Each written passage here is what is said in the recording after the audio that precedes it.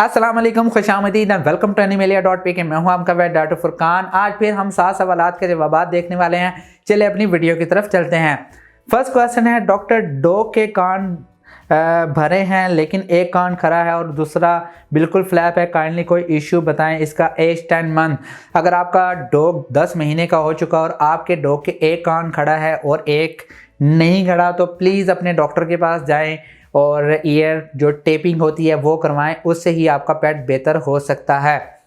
Next question है, भाई मेरी कैट को लेकर आए हुए 2 मंथ्स हो गए हैं, उसका माउथ से चिप चिप सब पानी निकल रहा है, कभी ठीक हो जाता है कभी फिर दोबारा शुरू हो जाता है, लेकिन भाई मेरी कैट बिल्कुल ठीक तरह से खा रही है, एक्टिव है।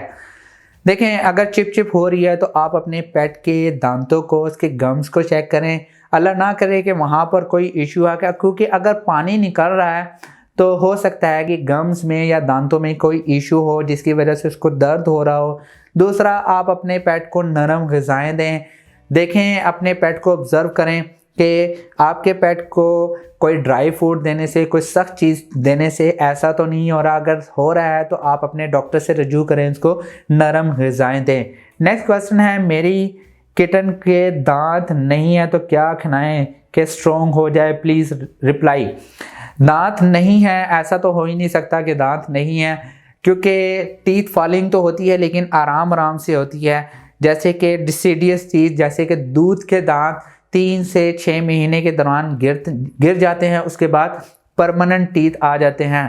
अगर आपकी कैट एजिड है तो फिर इशू हो सकता है, तो उस दौरान आप चिकन की यखनी और साथ में चिकन का कीमा बनवा के बॉयल करके दें।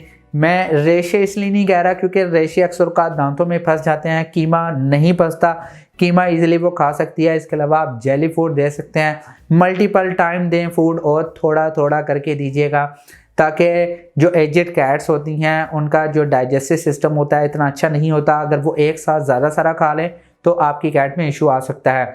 नेक्स्ट क्वेश्चन है, अस्सलाम वालेकुम, पर्शियन कैट को फ्रूट दे सकते हैं, प्लीज़ रिप्लाई मी, और कौन सा फ्रूट खिला सकते हैं प्लीज़ बताएं। मेरे एक्सपीरियंस में कैट्स बनाना यानी केला बहुत ज़्यादा शौक से खाती हैं। दूसरे फ्रूट्स के बारे में मुझे इतना ज़्यादा आइडिया नहीं है, सॉरी। लेकिन कुछ कैट्स में सेब खाते हुए भी देखा गया है। आप अपने पेट को ये दे सकते हैं, लेकिन थोड़ा सा सर्च कर लीजिएगा। लेकिन मुझे जहाँ तक आइडिया है आप अपने पेट को बनाना दे सकते हैं। नेक्स्ट क्वेश्चन है, मेरी कैट 1 मंथ की है, मैं क्या खाना दूं, मिल्क दूं, क्या मदर नहीं है। अगर आपके किटन के साथ मदर नहीं है, आई एम सो सॉरी, तो आप किटन मिल्क रिप्लेसर इस्तेमाल कर सकते हैं, सिरेलैक इस्तेमाल कर सकते हैं, और ये दोनों चीज़ें मिक्स करके दे सकते हैं। तो एक मैंने मिल्क रिप्लेसर की वीडियो अपलोड की थी कि कैसे बनाते हैं, वो वीडियो देख लीजिएगा, आपके लिए काफ़ी फ़ायदेमंद होगी। लेकिन जो चीज़ें मैंने आपको बताई हैं, मिल्क रिप्लेसर रॉयल कैनिन का या KMR का इस्तेमाल कर सकते हैं, और सिरेलैक इंसानों वाला, गंदम वाला वो इस्तेमाल कर सकते हैं, या लैक्टोज फ्री मिल्क इस्तेमाल कर सकते हैं। लैक्टोज फ्री मिल्क में कोई भी ब्रांड हो सकता है, जहाँ पर भी आप अवेलेबल हैं अपने करीबी फार्मेसी पे देख लें, या फिर आप अपने मार्ट वगैरह पे चेक कर लें कि वहाँ पर अवेलेबल है या नहीं है। Next question, some time cattle milk देने से किटन का स्टोमक फूल जाता है, कैसे ट्रीट करें सर। देखें, उसके अंदर लैक्टोज होता है यानी दूध के अंदर, और आपका जो किटन है वो लैक्टोज इंटॉलरेंस है, मींस उसके अंदर लैक्टोज को डाइजेस्ट करने वाला एंजाइम लैक्टेज नहीं होता।